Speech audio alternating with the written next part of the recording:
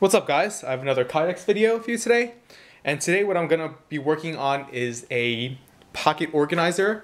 You can see here, these are some of the common items that I carry in my left side pocket.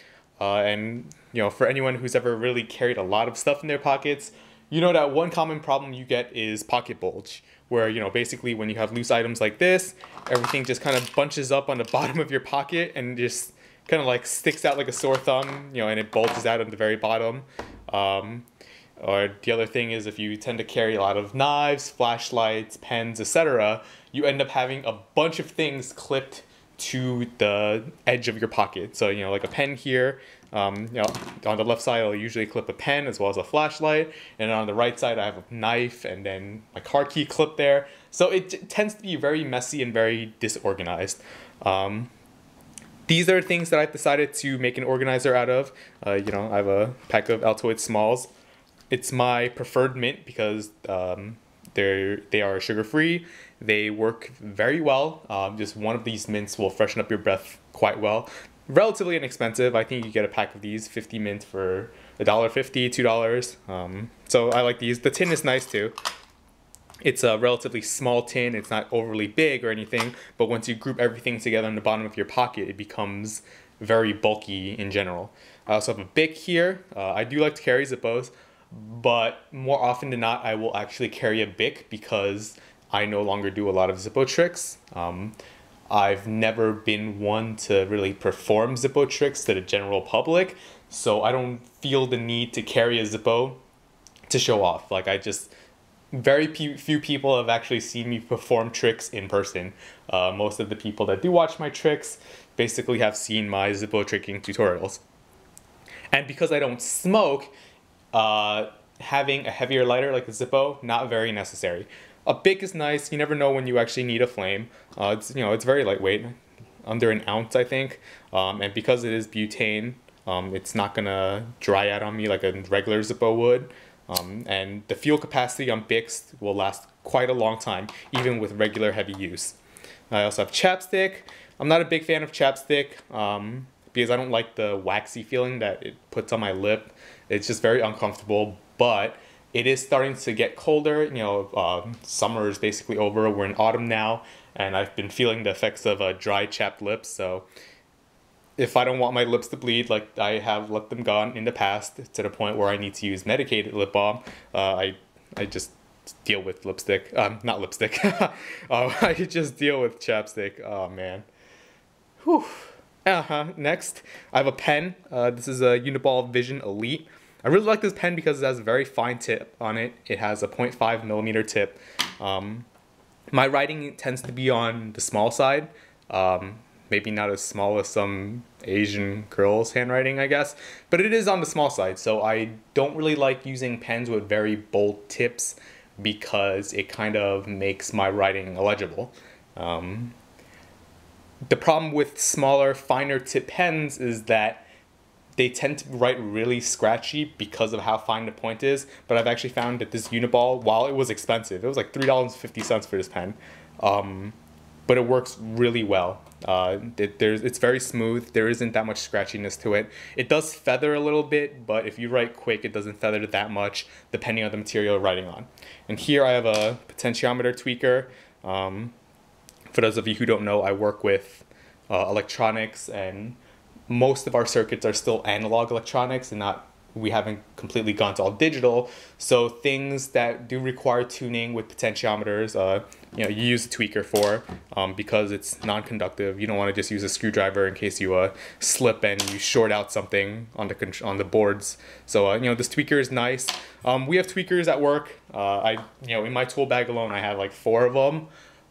Just because they tend to get lost very often.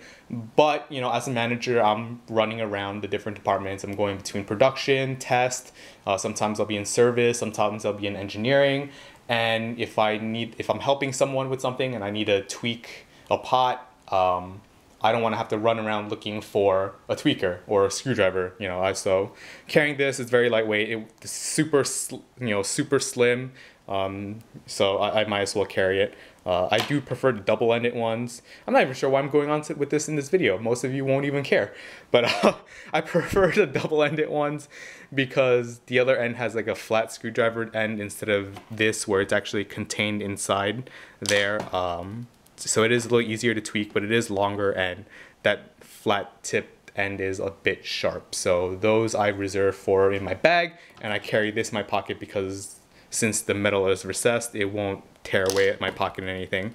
And here I have a tiny piece of Kydex, well, not that tiny, but it's a piece of the 0.06 inch thick Kydex that I have.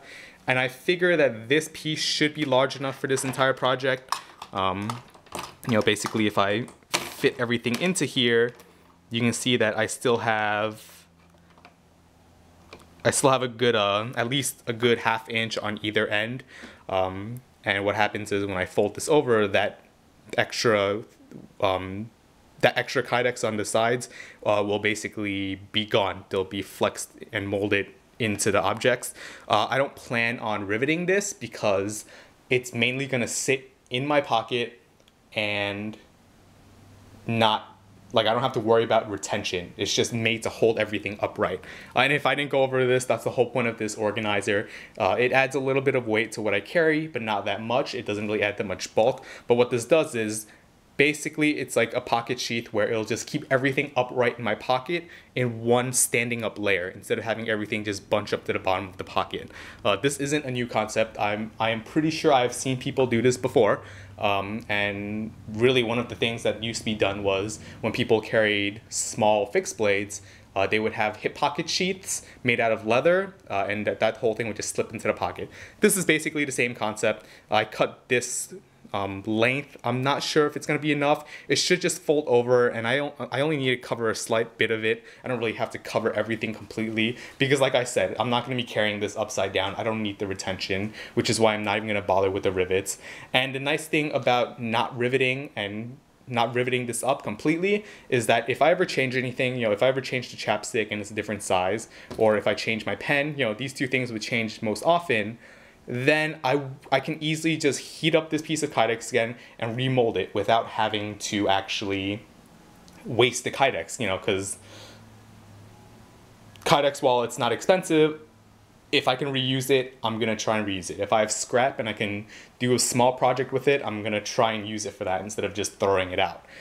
So with this, if I just do just a regular fold over, I can easily in the future, if I need to change something, let's say I want to carry a Sharpie, for example, I can just pull everything out, throw the piece of Kydex back in the oven or use the heat gun to heat it up, and then remold according to whatever new things I have to carry. So this is actually, you know, a pretty decent project for people who are first starting out with Kydex because you don't really have to rivet, you don't have to get the retention super tight or perfect.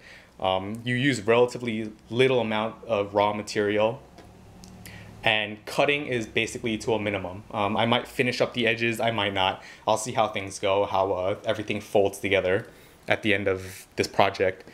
But I think it's a good idea. And what I'm gonna do is after I mold everything up, I'm gonna actually put a slight hip flex to it with the heat gun, heating up slightly and then just bending the entire thing so it just molds to my thigh better than just a flat piece. Because what happens is if I just put this as a flat piece into my pocket and I sit down, it'll basically stick out like a wallet would. So you want to kind of have it like bending slightly like so to conform to the shape of your leg so it doesn't stick out as much.